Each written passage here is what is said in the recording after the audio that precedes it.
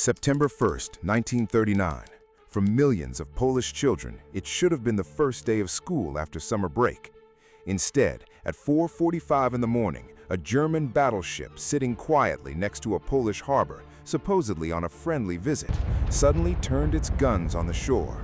No declaration of war, no warning shot, just fire. On the other side, fewer than 200 Polish soldiers, rifles, 2 light field guns, almost no ammunition, expected to fall in hours. They held for 7 days. And that wasn't even the only fight starting that morning. Just kilometers away, another Polish position was about to hold out for over a month. This is the story of the first hours of the deadliest war in human history. A war that started with a lie and would end for Poland with a betrayal. To understand how this war started, you have to go back 20 years. In 1919, the Treaty of Versailles ended World War I by humiliating Germany, stripping its territory, crushing its economy, and planting a seed of resentment that would grow for 2 decades. By the 1930s, that resentment had a name, Adolf Hitler. And Hitler had a plan that went far beyond just rebuilding Germany. He wanted Lebensraum, living space, and he wanted it in the East, in Poland. But here's what most documentaries skip. Hitler didn't just want to invade Poland, he needed an excuse to do it, one that would let him tell the German people and the world that Germany was the victim. So, in the final days of August 1939, the Nazis manufactured one. Not once, several times. On the night of August 31st, along the German-Polish border, several coordinated attacks happened almost simultaneously, all staged by German SS operatives dressed in Polish military uniforms. At a small radio station near Gleiwitz, they stormed the building, fired a few shots, and broadcast a short anti-German message in Polish before disappearing into the night. Similar staged incidents hit a German customs post and a forestry outpost along the same stretch of border, all designed to look like unprovoked Polish aggression. To make the Gleiwitz attack look real, the Nazis brought in a prisoner from a concentration camp, a German civilian named Franciszek Honiak, killed him, and left his body at the scene, dressed as a Polish soldier. He's believed to be one of the very first civilian victims of World War II, killed before the war had even officially begun. The next morning, German newspapers ran the story. Polish forces had attacked German territory. It was a lie, coordinated across multiple locations, timed for maximum effect. But it gave Hitler exactly what he needed, a pretext. Within hours, over 1 million German soldiers crossed the Polish border. Here's where the story gets complicated, and where historians still don't fully agree. At around 4:40 in the morning, German Luftwaffe bombers appeared over the small Polish town of Wieluń. No garrison, no factories, no military value whatsoever. The bombers destroyed roughly 70% of the town and killed hundreds of civilians. Some estimates put the toll close to 1,200 people. Many of them died in a hospital that took a direct hit. To this day, historians debate whether Wieluń or Westerplatte technically came under attack first. The two events unfolded almost simultaneously, within minutes of each other in the pre-dawn darkness. What's not in dispute, Wieluń had no way to defend itself. This wasn't a battle.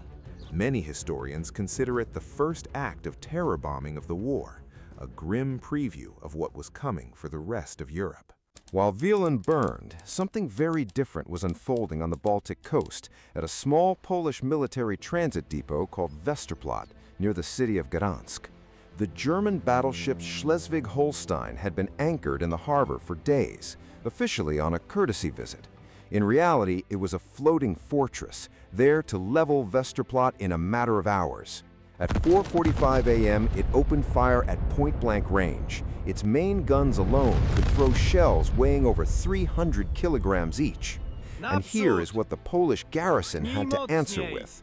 One single piece of artillery, a single 75mm field gun, model WWII-02/26, a design that was already outdated by the time World War I ended. That was it. One cannon against a battleship. The gun crew tried anyway. They opened fire on the Schleswig-Holstein directly, aiming for its deck. But positioned in the open, with almost no protection, the gun was spotted almost immediately, and within the first hours of the battle, German fire destroyed it completely. From that point on, the Polish defenders of Westerplatte had no artillery left at all, just rifles, a handful of machine guns, and roughly 200 men against one of the most heavily armed warships in the German Navy and wave after wave of German infantry. And they kept fighting anyway. The depot itself was tiny, a scattering of brick guardhouses, ammunition bunkers, and barracks buildings, surrounded by earth barricades and barbed wire. It was designed to hold off smugglers and light raids. It was never meant to survive a coordinated naval and infantry assault. German command expected it to fall within hours. Some estimates say the original plan allowed for as little as 10 to 12 hours before full capture. It held for 7 days. And here is the detail that genuinely stunned the Germans afterward. There was no hidden underground fortress here, no elaborate tunnel network, just a handful of basic shelters, a destroyed field gun, and soldiers who kept moving between shattered buildings, regrouping under fire again and again. Wave after wave of German infantry assaults were thrown back by men with nothing but small arms and sheer refusal to quit. The battleship kept shelling. Stuka dive bombers were brought in specifically to help finish the job, and still, Westerplatte held. The garrison only surrendered on September 7th, once ammunition, food, and medical supplies had completely run out, not because they were defeated in battle, because there was nothing left to fight with. One field gun, destroyed in the first hours, and still 7 days. Most people who've heard of Westerplatte have never heard what happened next, because just up the coast on the narrow Hel Peninsula, Polish forces were about to hold out even longer. The Hel Peninsula was home to Poland's coastal defense units, naval artillery batteries, mine layers, and a small but determined garrison, cut off almost immediately from the rest of the country. German warships and aircraft bombarded the peninsula for weeks. Poland's own naval forces, hopelessly outnumbered, still managed to damage German ships and shoot down enemy aircraft during the defense. Hel didn't surrender on September 7th like Westerplatte. It didn't surrender in the second week of September. It held out until October 2nd, making it one of the very last organized Polish positions to fall in the entire 1939 campaign. Over a month of resistance on a strip of sand barely a few hundred meters wide against one of the most powerful militaries on the planet. By mid-September, Poland was fighting for its life against the German army alone, but it was about to get far worse. On September 17, 1939, while Polish forces were still resisting in the west, the Soviet Union invaded from the east. This wasn't a surprise to Hitler. It was the plan all along. Weeks earlier, Germany and the Soviet Union had signed the Molotov-Ribbentrop Pact, publicly a non-aggression treaty, but secretly an agreement to carve Poland in half between them. Soviet forces crossed the border in overwhelming numbers, claiming they were protecting Ukrainian and Belarusian minorities. In reality, it was a coordinated invasion, timed precisely to finish what Germany had started. Polish forces, already stretched to the breaking point in the west, now had almost nothing left to stop a second invasion in the east. Poland wasn't just invaded, it was carved up by two of the most powerful militaries on Earth, attacking from opposite directions in a plan they had agreed on in advance. Here's the part of this story that still stings for Poland, even today. Britain and France had both signed treaties promising to defend Poland if it was attacked. On September 3rd, 2 days after the invasion began, both countries did declare war on Germany, right on schedule. But a declaration on paper isn't the same as help on the ground. For months afterward, while Poland was being divided between Germany and the Soviet Union, French and British forces sat almost entirely still along the German border. Historians would later call this period the Phony War. Weeks, then months, with barely any major fighting in the West at all. no significant relief effort ever reached Poland. No major offensive was launched in time to matter. The ally that was supposed to fight alongside Poland effectively watched from a distance while the country was dismantled. Poland had kept its promise to resist. Its allies did not keep theirs in any way that mattered on the ground. By October 6, 1939, organized resistance inside Poland had ended. World War II is often remembered through its biggest battles, Stalingrad, D-Day, the fall of Berlin, but it began here, in the span of a single September morning, with lies broadcast across a border, a town that never saw it coming, and handfuls of soldiers on strips of land who simply refused to give up when every expectation said they should have. And the Polish fight didn't end in October 1939, not even close. Polish soldiers, sailors, and airmen who escaped the occupation kept fighting on almost every front of the war that followed. Polish pilots flew in the Battle of Britain, and one of their squadrons, Squadron 303, became one of the highest-scoring fighter units in the entire campaign. Polish troops fought at Monte Cassino in Italy, in the deserts of North Africa, and stormed the beaches of Normandy alongside their allies.